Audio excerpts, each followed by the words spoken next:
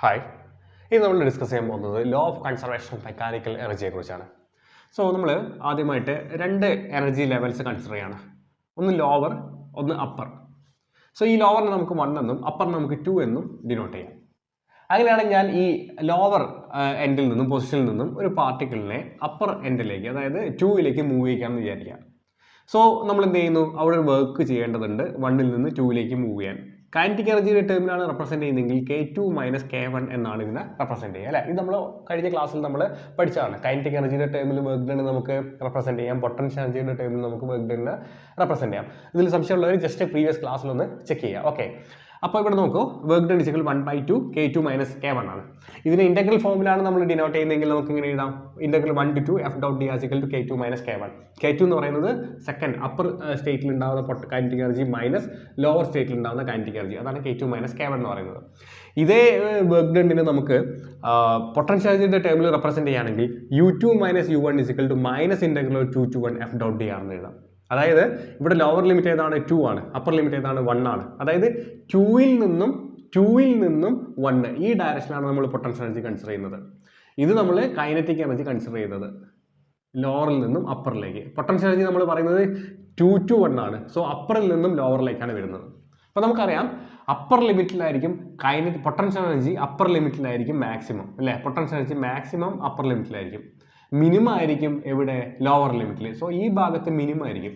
അപ്പോൾ 2ൽ നിന്ന് 1ലേക്ക് വരിക എന്ന് പറയുന്ന സമയത്ത് പൊട്ടൻഷ്യൽ എനർജി എന്താ ചെയ്യുന്നത്, ഡിക്രീസ് ചെയ്യുന്നത്, കുറയുക ചെയ്യുന്നത്. 2ൽ നിന്ന് 1ലേക്ക് പോകുമ്പോൾ, അല്ലേ? പൊട്ടൻഷ്യൽ എനർജി കുറയുന്നു. സോ നമുക്ക് ആ ഡിക്രീസ് അല്ലെങ്കിൽ ആ കുറയുന്നു എന്ന് കാണിക്കാൻ വേണ്ടിയിട്ട് നമുക്ക് ഇവിടെ മൈനസ് എന്ന് ഇൻഡിക്കേറ്റ് ചെയ്യാം, അല്ലേ? So U2 - U1 = -2 to 1 F.dr നമുക്ക് റെപ്രസെന്റ് ചെയ്യാം. ഇനി ഈ മൈനസിനെ നമുക്ക് അവോയ്ഡ് ചെയ്യണം, എന്ത് ചെയ്യണം, ഇതിനെ നമുക്ക് നേരെ തിരിച്ചാൽ മതി. സോ U2 - U1 = മൈനസ് ആണെങ്കിൽ ഇതിനെ പ്ലസ് ആക്കണമെങ്കിൽ നമുക്ക് എന്താക്കാം, U1 - U2 ആക്കാം. സോ U1 - U2 = പ്ലസ് ആയി മാറുന്നു, ഇന്റഗ്രൽ എന്ത് ചെയ്യുന്നു, ഇവിടെ ചേഞ്ച് ചെയ്യുന്നു. സോ 1 to 2 F.dr ആയിട്ട് മാറുന്നു. ഒന്നുമില്ല, ഈ U2 - U1 നമ്മൾ U1 - U2 എന്ന് മാറ്റി.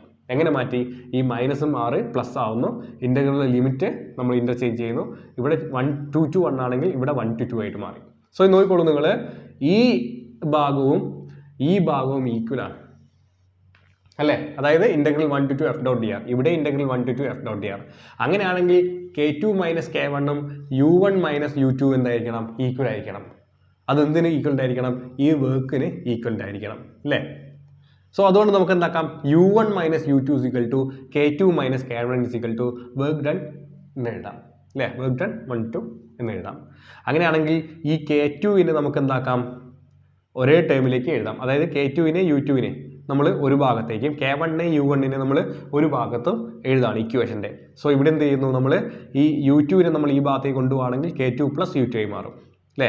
ഈ K1നെ നമ്മൾ ഈ ഭാഗത്തേക്ക് കൊണ്ടുവരികയാണെങ്കിൽ U1 + K1 ആയി മാറും, അല്ലേ? അപ്പോൾ നമുക്ക് എന്ത് കിട്ടുന്നു, K2 + U2 = K1 + U1. അപ്പോൾ എന്താണ് K2 U2 എന്ന് പറയുന്നത്?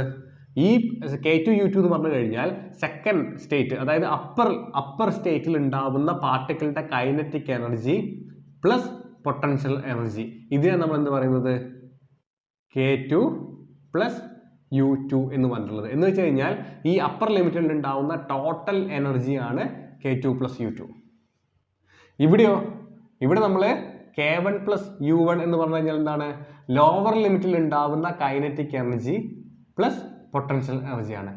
സോ ഇതെന്താണ്, ടോട്ടൽ എനർജി തന്നെയാണ്. എന്ന് വെച്ച് കഴിഞ്ഞാൽ total energy of the particle conserved ആണ്, അല്ലേ? അപ്പം പൊട്ടൻഷ്യൽ എനർജി നോക്കിക്കോളൂ, പൊട്ടൻഷ്യൽ എനർജി ലോവർ ലിമിറ്റിൽ കുറവാണെങ്കിൽ അവിടെ കൈനറ്റിക് എനർജി കൂടുതലായിരിക്കും. പൊട്ടൻഷ്യൽ എനർജി അപ്പർ ലിമിറ്റിൽ കൂടുതലാണെങ്കിൽ അവിടെ കൈനറ്റിക് എനർജി കുറവായിരിക്കും. സോ കൈനറ്റിക് എനർജി കൂടുമ്പോൾ പൊട്ടൻഷ്യൽ എനർജി കുറയുന്നു. ഇനി കൈനറ്റിക് എനർജി കുറയുമ്പോൾ പൊട്ടൻഷ്യൽ എനർജി കൂടുന്നു, അല്ലേ? അപ്പം ടോട്ടൽ എനർജി ഫസ്റ്റിലാണെങ്കിലും സെക്കൻഡിലാണെങ്കിലും, അല്ലെങ്കിൽ അപ്പർ കേസിലാണെങ്കിലും അപ്പർ സ്റ്റേറ്റിലാണെങ്കിലും ലോവർ കേസിലാണെങ്കിലും ടോട്ടൽ മെക്കാനിക്കൽ എനർജി എന്ന് പറഞ്ഞാൽ എന്താണ്, കോൺസ്റ്റന്റ് ആണ്, കൺസേർവ്ഡ് ആണ്. ഇതിനാണ് നമ്മൾ law of conservation of mechanical energy എന്ന് പറയുന്നത്. ക്ലിയർ ആണോ പറഞ്ഞത്? ഓക്കെ.